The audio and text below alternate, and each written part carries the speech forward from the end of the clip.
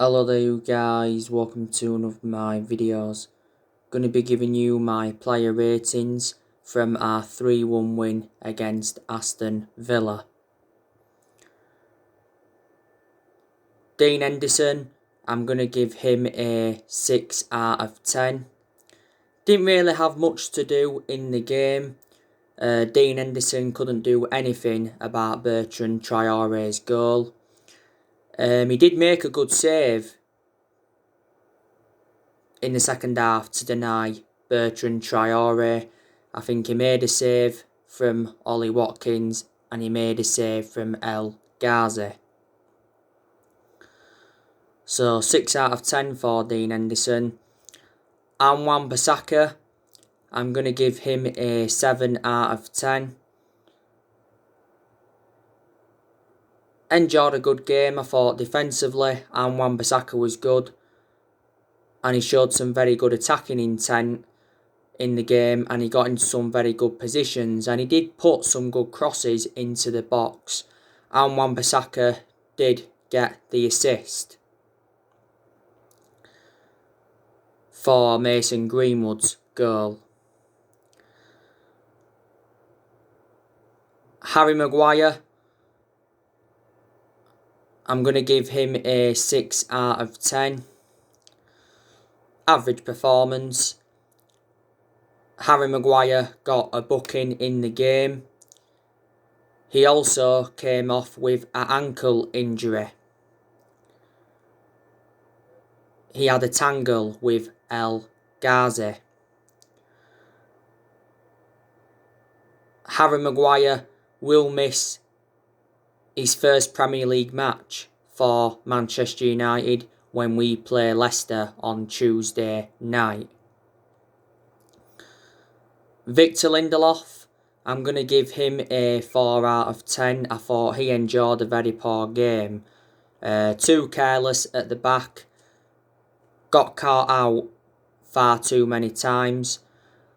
And he was accountable for Bertrand Traore's goal because Lindelof gave it to him and Lindelof should have cleared it. So just a 4 out of 10 for him. Luke Shaw, I'm going to give him a 7 out of 10. He enjoyed a pretty good game. I thought he showed some good attacking intent. He provided that width. Defensively, he was quite good. He got into some good positions as well. Luke Shaw did have a very, very good chance in the first half. It produced a save from Martinez. It was a lovely 1-2 between Luke Shaw and Rashford, you know.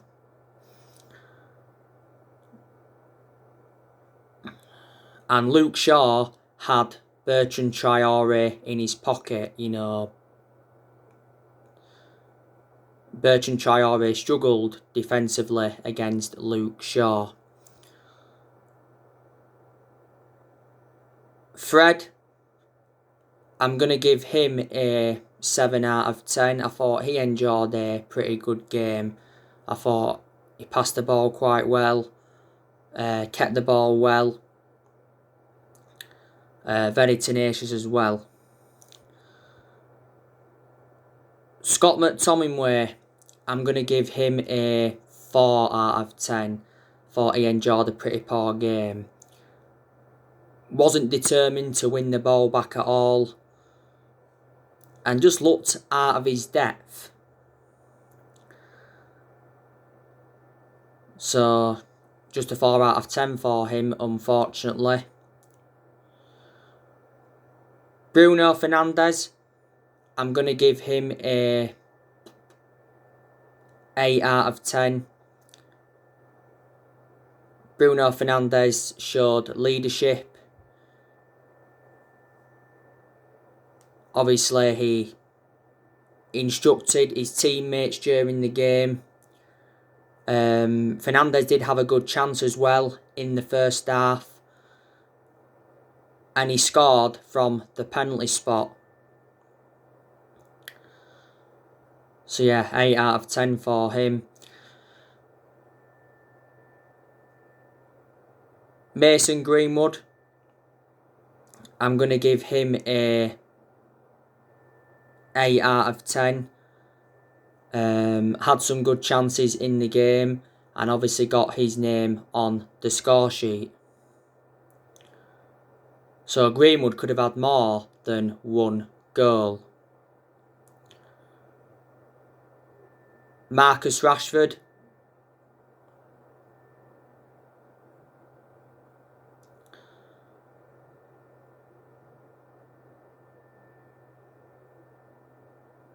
I'm going to give him a 7 out of 10. Rashford did have some chances in the game. And Rashford did get the assist for Edison Cavani's third goal.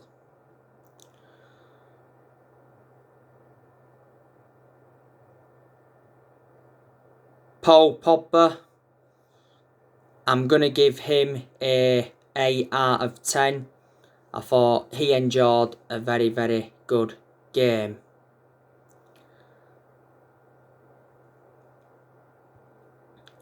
Paul Pogba was the one that won the penalty. Douglas Luiz brought him down. Paul Pogba obviously went in various positions.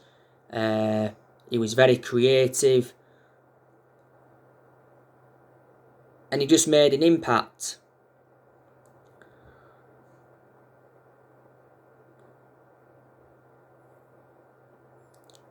The substitutions we brought on in the game was Nemanja Matic. He's going to get a 7 out of 10 from me because when he came on, he brought stability. And he actually helped Paul Pogba get forward more.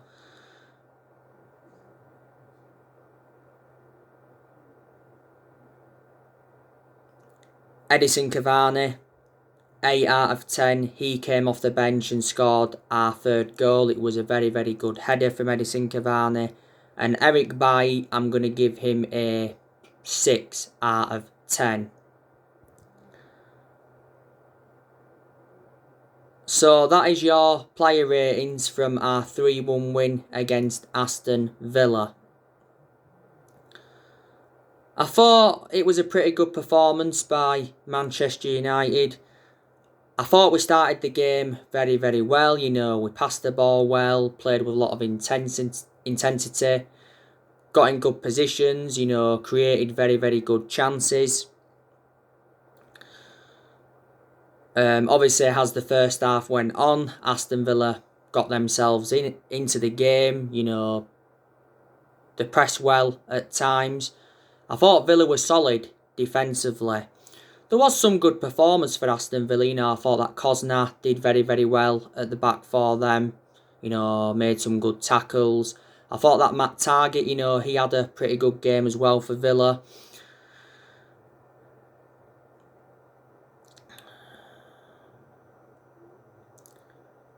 So there you go. And got to say, Bertrand Traore's goal was very, very good.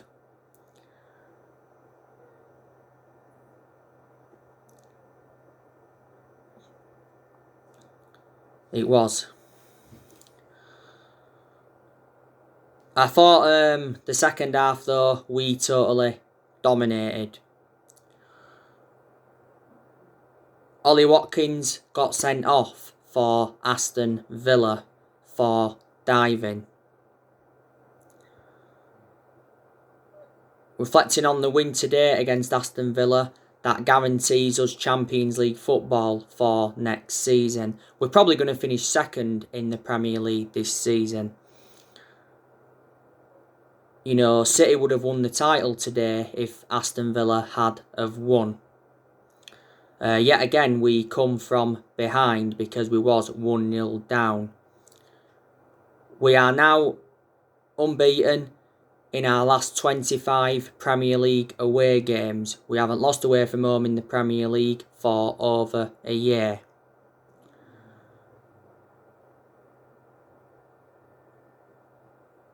We've got such a good record against Aston Villa.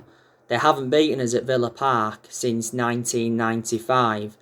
That's 26 years ago now. They haven't beaten us since 2009.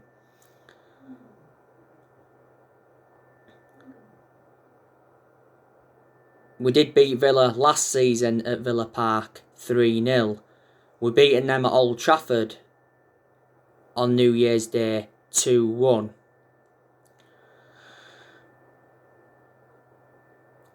I think Aston Villa, though, do look a better team under Dean Smith. He has actually turned them around. And they made some good signings last year. Obviously, last year, Villa brought Bertrand Traore in. They brought Ross Barkley in. They brought Ollie Watkins in. They brought Martinez in. And they also brought that Matty Cash in.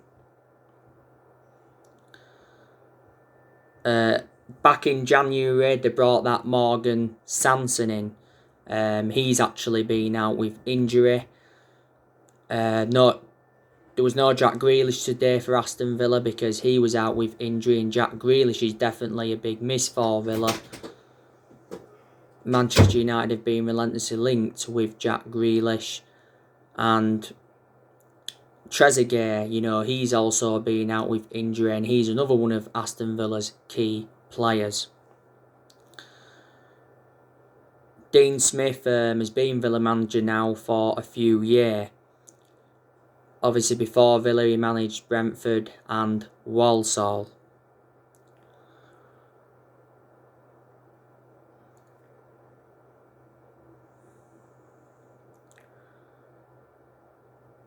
Our next game is Leicester on Tuesday night. The preview will be coming up for that on my next video.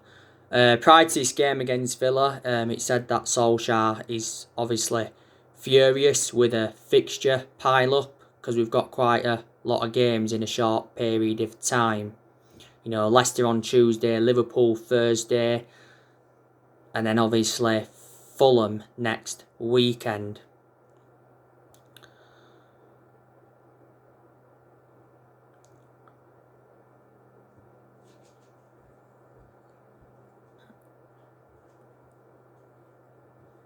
As you all know, Man United are in the Europa League final. We'll be playing Villarreal. It's Ole Gunnar Solskjaer's first major final as Manchester United manager. And it's our 8th European final.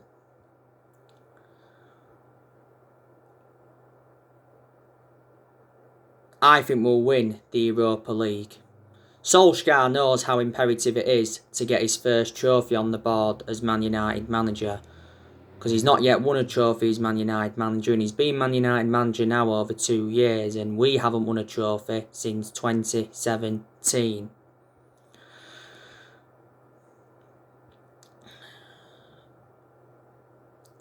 Solskjaer does deserve at least another season at Man United because he has made fantastic progress.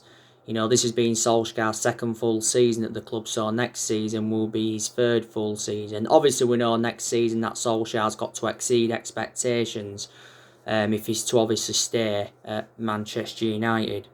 I presume, there's a lot of United fans that are Ole Gunnar Solskjaer in and they believe that he needs more time. We do know that a lot of United fans have demanded Ole Gunnar Solskjaer out because they just don't think he's the right man. And obviously they've got the reasons behind, why they've been demanding him out and why they've been criticising him. But I've got to say, Solskjaer is our best manager since Ferguson. He's our 4th permanent manager since Ferguson. And I hope that Solskjaer is the long-term manager for Manchester United. I have said on my recent videos that I'm very, very sceptical that he's the long-term manager for Man United.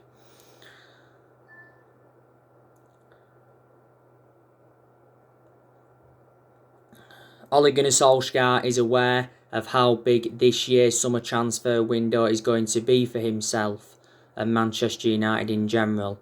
I'm expecting us to do good business in the summer transfer window, especially with us now guaranteed Champions League football for next season. That will attract players to the elite level.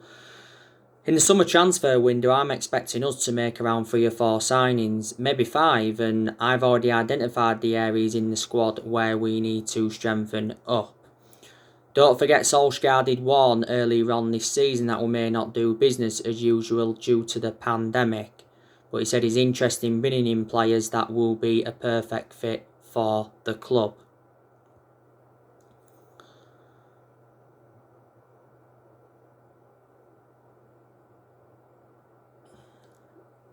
Solskjaer did mention earlier on this season that he wants to keep transfer dealings quiet. But yeah, the summer transfer window will be his 5th transfer window as permanent Man United manager. Solskjaer's made it clear that he wants good backing in the summer transfer window. And you know what? He should get the backing he deserves, because obviously we've got John Murtaugh, he's our director of football. And it was the right decision by the club getting a director of football in. We've got Darren Fletcher, he's our technical director.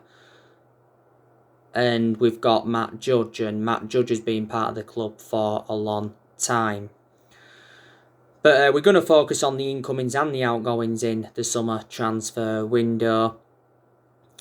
There's quite a lot of players that Manchester United are looking at. I obviously recently give you the news on Jadon Sancho. It says Manchester United are preparing an £80 million bid for Jadon Sancho.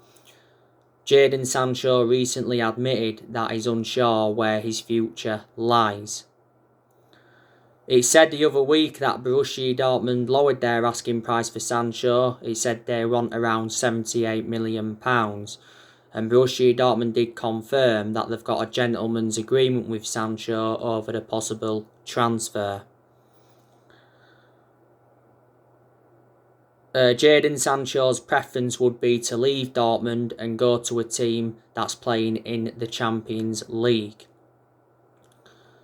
It recently said that we ended our interest in Sancho. It said we want Jude Bellingham, not Sancho. Fabrizio Romano, who's a very reliable Italian journalist and close to Man United, he recently said that Jadon Sancho would be 100% happy to join Manchester United this summer, because he did mention, Romano, that Sancho was keen on a move to Man United last summer. Earlier on this season, Borussia Dortmund admitted that they'll sell Sancho for the right price, and Borussia Dortmund's CEO did reveal that the club will discuss exceptional offers for Sancho.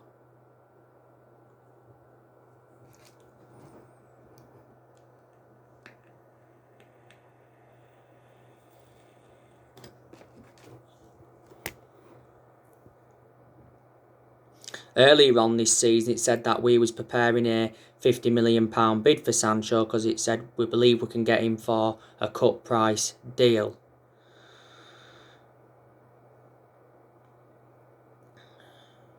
Before that, he said we paused our transfer pursuit of Sancho due to the progress of Mason Greenwood. But a few clubs are in for him. You know, Chelsea have recently entered the race again. You know, Liverpool were in for him, but I think they've now dropped out. I think Liverpool will only go in for Sancho if they do sell Mohamed Salah. Can't see him selling Salah though this summer. City have actually been in for him before. Don't forget Sancho's a former City player. But yeah, last summer, you know, Sancho was our top target, and he's our top target as it stands now. Sancho to Man United last summer was extremely close, because obviously the personal terms had been agreed, the agent fees had been agreed, and even a contract had been agreed. But the main explanation we didn't get Sancho is because we was reluctant to meet Borussia Dortmund's 108 million valuation. So that was a stumbling block. We was only willing to pay so much up front. Dortmund made it clear to us last summer that we had until the 10th of August to sign the player. We missed out on that deadline, so Sancho remained at Dortmund. Fabrizio Romano's spoken a lot about the Sancho saga, and so too was Christian Falk, who was obviously from Bild. This has been Sancho's 4th season at Dortmund. He's been very consistent as Sancho in a lot of his games at Dortmund. He's enjoyed a couple of bad periods here and there.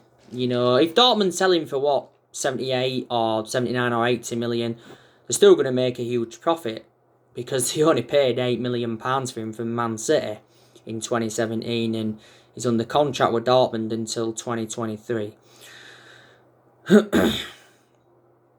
Obviously, there's been reports coming out regarding Harry Kane today. Apparently, Harry Kane is ready to ask Tottenham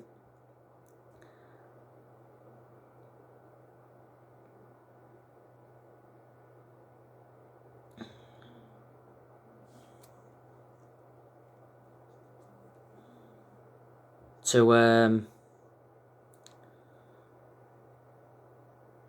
put in transfer offers this summer.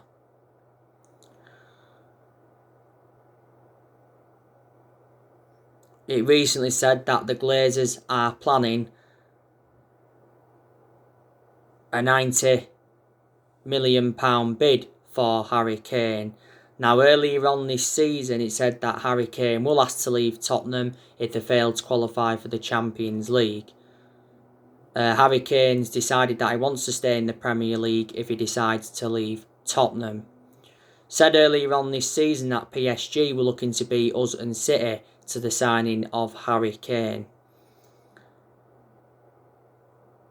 Daniel Levy, the Tottenham chairman, said not so long ago Tottenham will only consider offers for Harry Kane starting at £125 million.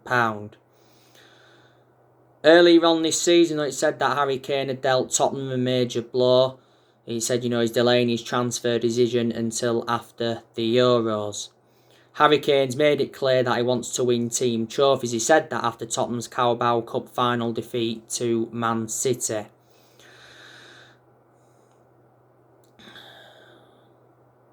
Harry Kane's been a very long servant at Tottenham. He's been with them 17 years. He's been in their senior squad since 2009 and he's got a contract with Tottenham until 2024.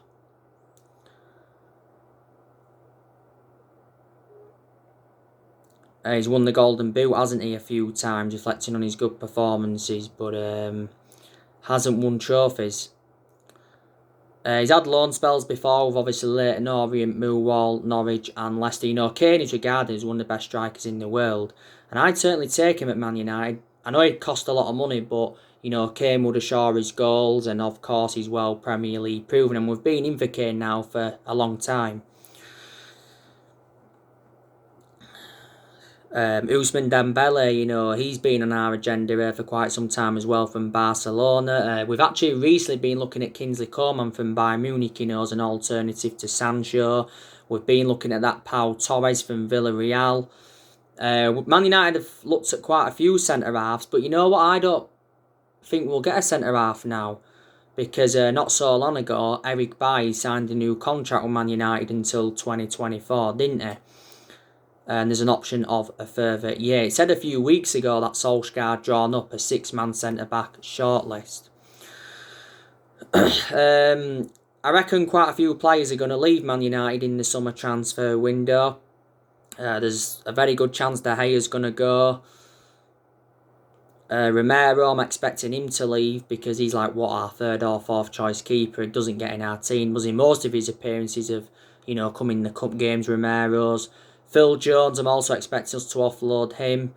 Always been inconsistent. Plus, he doesn't get in R11, and I think he's still out with injury. He's been out of injury for over a year. Diego Dalot, I think we'll be looking to get rid of him permanently. He's out on loan with Milan at the moment. Tuan Zebe, we could offload him, because he doesn't get in R11. Nemanja Matic, I think there's a good chance we'll offload him because he isn't one of our first choice midfielders. Alex Telles, I think we should offload Telles because he isn't getting enough opportunities, is he? And Luke Shaw seems to have improved, since we brought Telles in last summer. When we got Telles last summer, I expected him to be our first choice left back. It said not so long ago that Telles has decided to leave Man United this summer. Donny van der Beek, he's another one I think we should offload because he's not getting enough opportunities at Manchester United. But he is a good player, Van der Beek, but we don't use him enough. It recently said that Jose Mourinho is ready to offer Donny van der Beek an escape from Manchester United. I think there's 3 United players that could join Mourinho at Roma. That's De Gea, Matic and Van der Beek. Juan Mata, I think there's also a good chance that we'll offload him, and a lot of United fans are saying that we need to offload Anthony Martial. So the players that we do sell in the summer, will generate money and it will help us with our rebuilding process. You obviously know the news regarding the Glazers.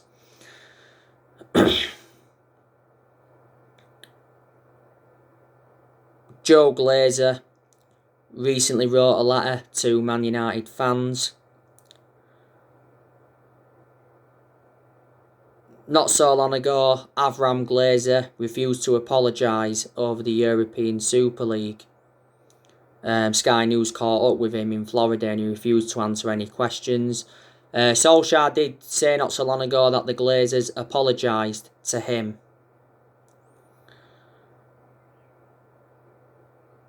Solskjaer did say that the violent incidents went too far, but he says the club need to take notice of the fans.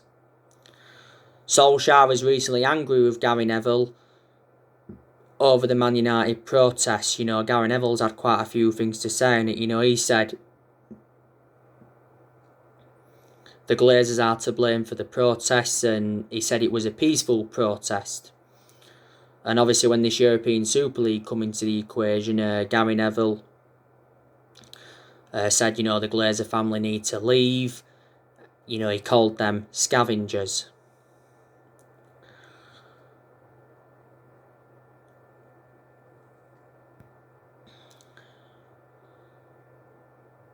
Man United fans are planning a second protest against the Glazers, because obviously we're trying to get them out. Obviously the game last week against Liverpool got postponed, because obviously hundreds of our fans went inside Old Trafford and invaded the pitch to obviously protest against the Glazers. You can understand though the fans' frustration. It was a few weeks ago now that our fans were protesting against the Glazers at Carrington. Some of our fans blocked entrances into the Carrington training ground to protest, and as you all know, there was holding banners up saying MUFC 20, 51%, Glazers out and we decide when you play. Solskjaer did say though earlier on this season that the Glazer family will not sell Man United. And before that, he told protesters that Joe Glazer loves the club. Joe Glazer released a statement earlier on this season apologising to club fans over the European Super League. It says the Glazers could be forced to sell Man United, but for only £4 billion. Before that, he said the Glazers have got no intentions of selling the club. So reflecting on that, they're here to stay.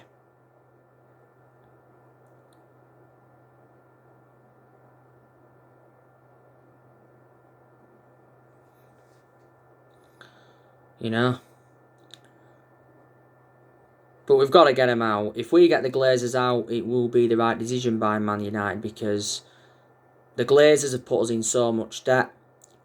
And plus, I hate the way the football club has been run in general now for a long time. The Glazers bought Man United for $500 million back in 2005, so they have been with us now for 16 years. So we've got to recommend new owners in. Obviously, Woodward's going. It got announced quite a few weeks ago that Ed Woodward resigned as Manchester United vice chairman. He will stand down at the end of the year. I think there's a good chance that Edwin van der Sar will replace Woodward, but I presume all United fans were happy with the news regarding Ed Woodward, because we've been very critical of him for a long time. Not so long ago, Ed Woodward's home got attacked by masked protesters.